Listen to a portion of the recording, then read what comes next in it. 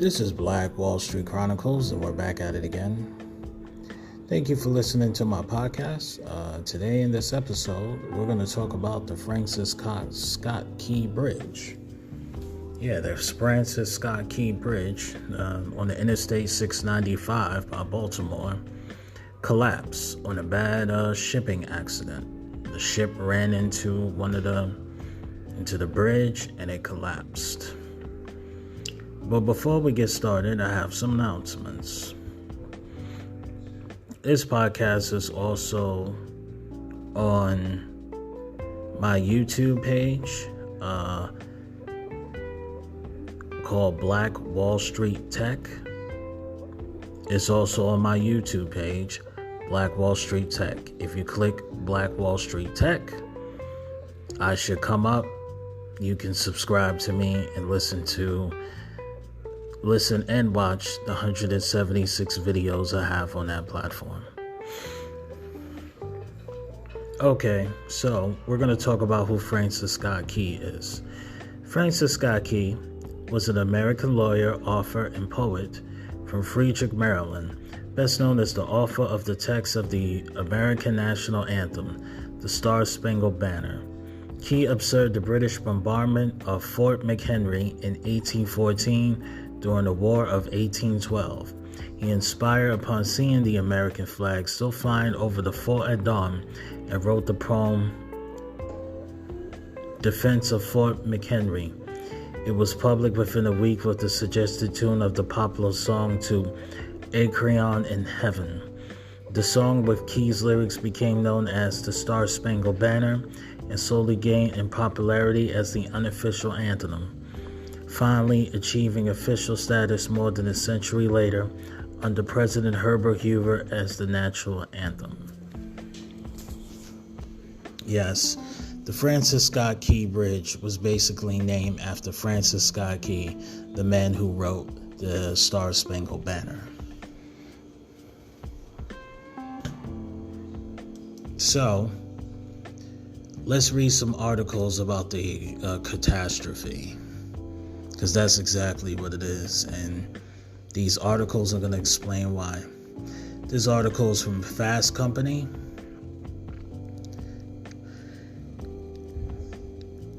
It was written by the Associated Press.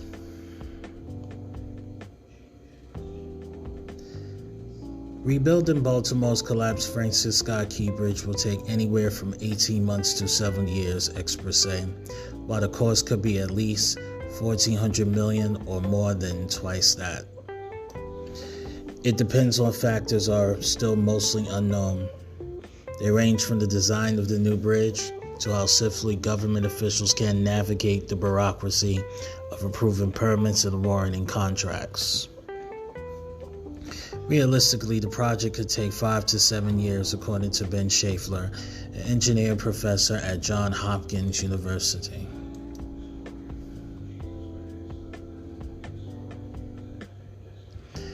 The lead time on air conditioning equipment right now for a home renovation is like 16 months, right?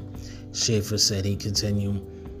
So you're telling me they're going to build a whole bridge in 2 years? I want it to be true, but I think empirically it doesn't feel right to me. Others are more optimistic about the potential timeline. Samuel Beatty, an engineering professor at George Washington University, said the project could take as little as 18 months to 2 years. The Key Bridge collapsed Tuesday, killing 6 members of a crew that was working on the span after the Dali Corridor ship plowed into one of its supports. Officials are scrambling to clean up and rebuild after the accident, which has shuttered the city's busy port and a portion of the Baltimore Beltway. The disaster, in some ways similar to the deadly collapse of Father Sunshine Skyway Bridge, was struck by a freighter in Tampa Bay in 1980. The new bridge took 5 years to build, was 19 months late, and ran $20 million over budget when it opened in 1987. Some experts say it's better to look at more recent bridge disasters for a sense of how quickly reconstruction may happen. Jim Diamond, executive director of the American Association of State Highway and Transportation Officials, cited that the case of the Interstate 35 West Bridge in Minnesota, which collapsed into Mississippi River in 2007, the new span was up in less than 14 months. The best comparison that we have for a project like this, Timon said, they did outstanding work in being able to get the approvals necessary to be able to rebuild that as quickly as possible. Timon expects various government agencies to work together to push through permits, environmental and otherwise. It doesn't mean that all the right boxes won't get checked, they will, Timon said. It will just be done more officially because everybody will know that this has to get done as quickly as possible.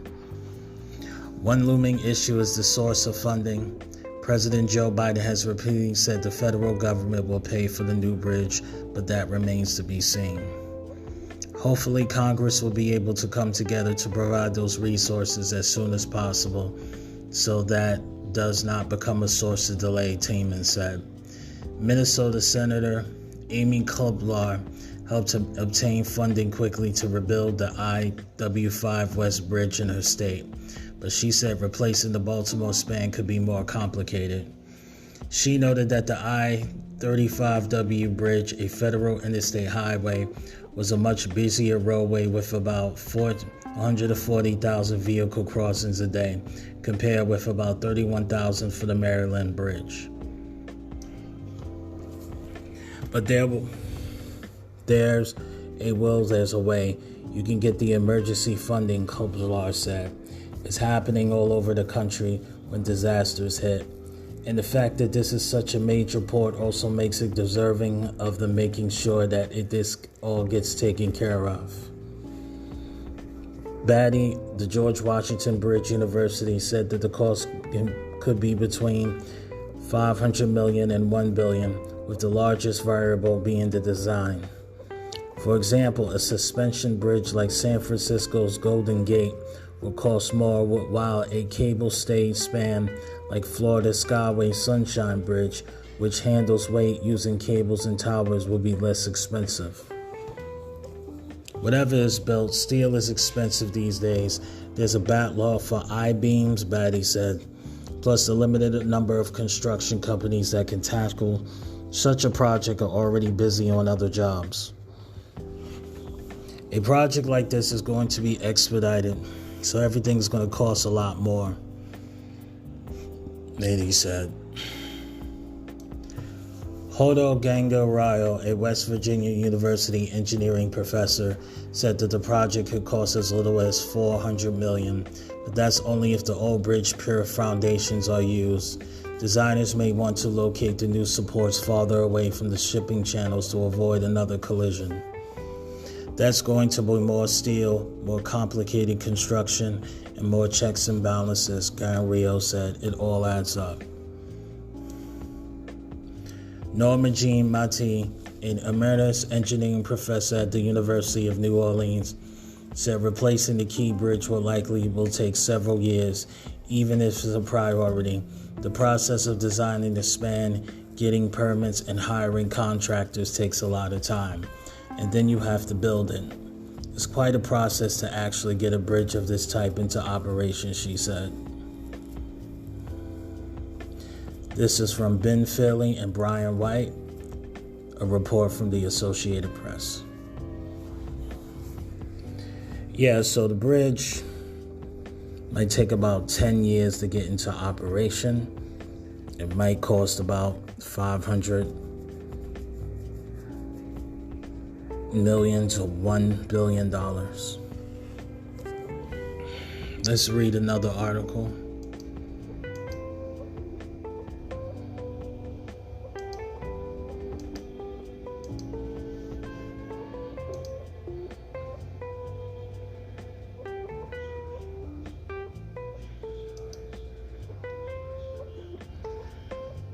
This is from the Baltimore Sun.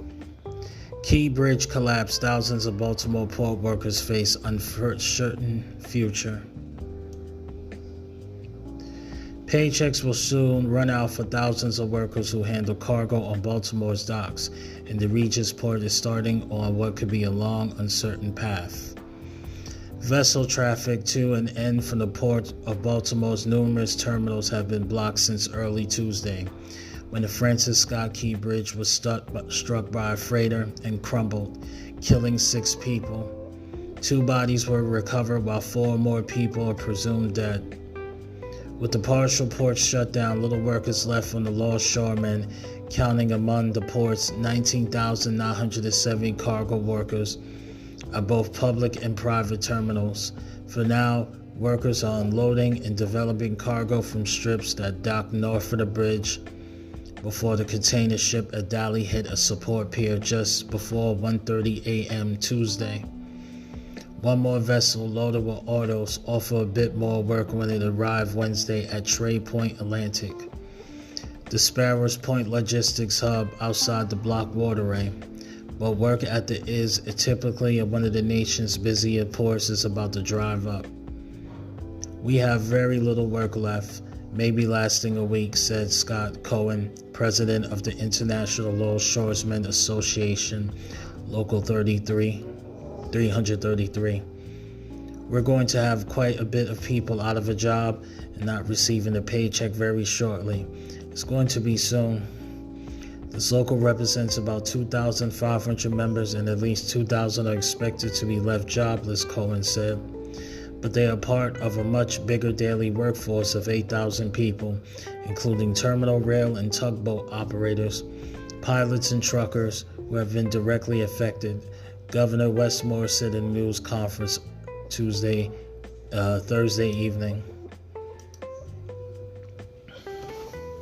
In Annapolis, state legislative leaders shared a draft of the bill Friday that might help. Under the proposal, the Department of Labor will create a temporary financial relief program for people who regularly perform paid work at the port, can't return to work because of the closure, or don't qualify for unemployment while the Port of Baltimore is closed. Estimates of how long it will take to clear and reopen the shipping canal range from weeks to months. Crumpled sections of the bridge and damaged freighter clogged the Prisco River while recovery efforts continue. On Thursday, federal officials approved the initial $60 million request from the Moore administration to cover preliminary costs for mobilization, operations, and debris recovery.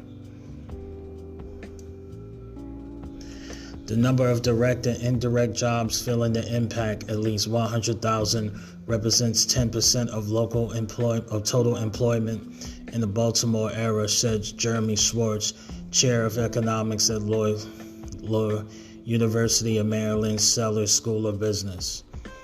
That may be a conservative number, he said, because estimate of indirect jobs, such as suppliers and truckers, may lead out of the business, such as restaurants whose customers are port workers.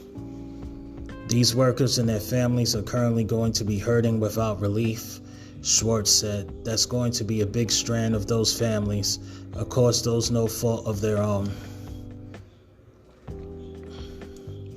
Other concerns are whether workers can be absorbed into the workforce and what impact any reduced spending power, even temporary, could have on demand in the local economy, he said.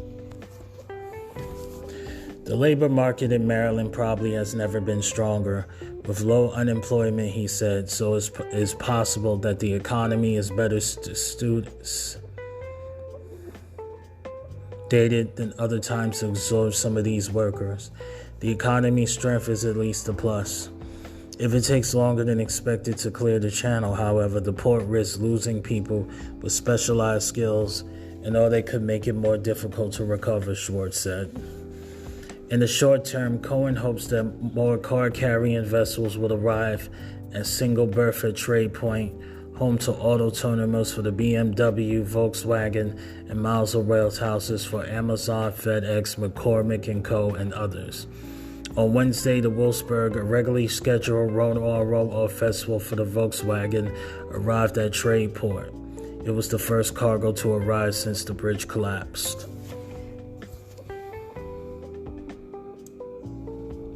but the schedule remains uncertain at Trade Point, a bustling distribution hub with one limited capacity for ships and larger roll-on, roll-off vessels, and no container terminal, although one is planned, as carriers and shippers have rerouted cargo to other port cities.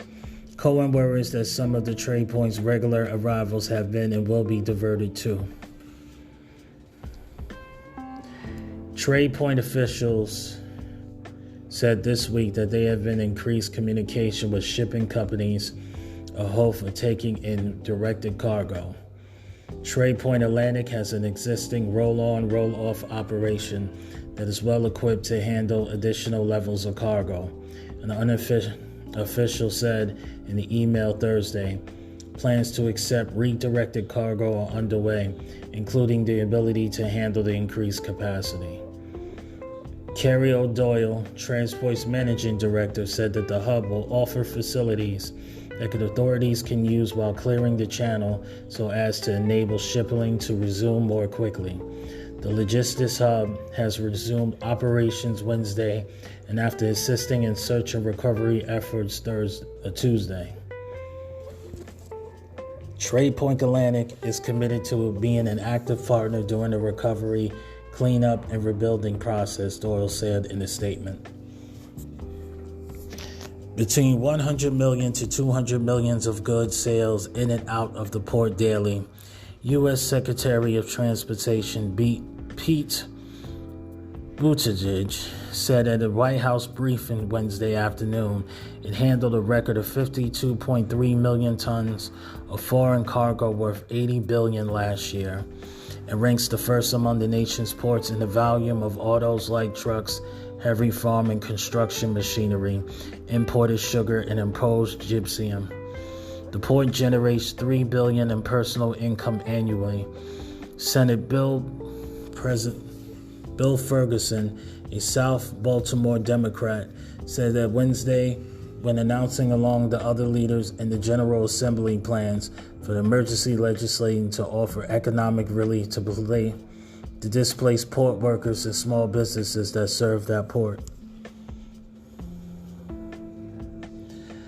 On Thursday, the Mayor Office of Employment Development urged anyone whose job has been affected by the bridge collapse to fill out an online form to be connected with Career Center for assistance. Financial assistance can't come soon enough for Cohen.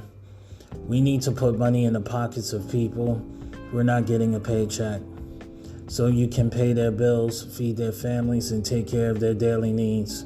We need action now, and I'm sure it's not going to take longer now. Cohen said he hopes people will remember the role longshoremen played during the pandemic in getting products to consumers when a lot of that stuff came through the port of Baltimore. Now the shoe's on the other foot, he said. We worked through the pandemic when many weren't working, and we were still getting goods to them. Now we aren't working. Roland Rexia, Secretary-Treasurer of the Marine Engineers Beneficial Association, a maritime union with roots in Baltimore and a training school in Easton, said its members will have to make adjustments but won't be out of work. The union said several hundred members in the Baltimore area represents engineers and deck officers in the foreign and domestic ships. We'll be able to adapt, but I worry about my brother and my sister union, the longshoresmen. They're going to be ones hurting, Rexia said. If you see somebody who's down on their luck, this is the time to try to pick each other up. He describes the port ecosystem as a giant heart, and every port of chamber of that heart. If one chamber fails, every other chamber has to push harder to make up for that failure, he said. The impact is going to be astronomical, slowing down the supply chain and making goods less accessible. Local 333 officials are working to help their members on several fronts, Cohen said. They're encouraging workers to file for unemployment, seeking relief from the union's international arm, and working to preserve health and other benefits. It's too soon, Cohen said, for many workers to know what's next. Still things sinking in, to be honest, he said. We're hopeful that the channel is going to be more open quickly and they're going to get back to work.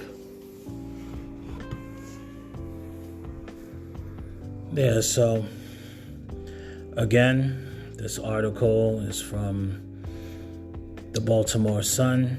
It's a story by Lorraine Mirabella, a article writer from the Baltimore Sun. So, in response to this article, it's basically saying that a lot of workers are going to be out of jobs. These are the same workers that supported the Port of Baltimore during the COVID-19 pandemic, and they're looking for the American government to step in and help them out. Hopefully, they will. Now, I come from New York City. I don't live in Baltimore. I've never been in Baltimore before. I actually passed by Baltimore through the tunnel on the I-95. And I'll say this. This is actually very scary. And the reason why it's scary because, I'm from New York City. And the first thing I thought when I saw the collapse, I said, man, what if that was to happen to the George Washington Bridge? The George Washington Bridge, it intersects, is a part of a major interstate, which is I-95. And if that was the collapse, if there was a big accident then, man, oh man, oh man. If there was a big accident then, man, New York City, the whole state of New York and New Jersey will lose billions and billions of dollars. Stocks will go down. In the New York Stock Exchange, it'll be bad. So, I don't know. I think the federal government needs to go around, and put safety measures in front of bridges like George Washington Bridge and every other bridge in the United States of America to make sure that this does not happen again. Thank you for your time. I'm Jeffrey Frazier. This is Black Wall Street Chronicles, and I'm signing off.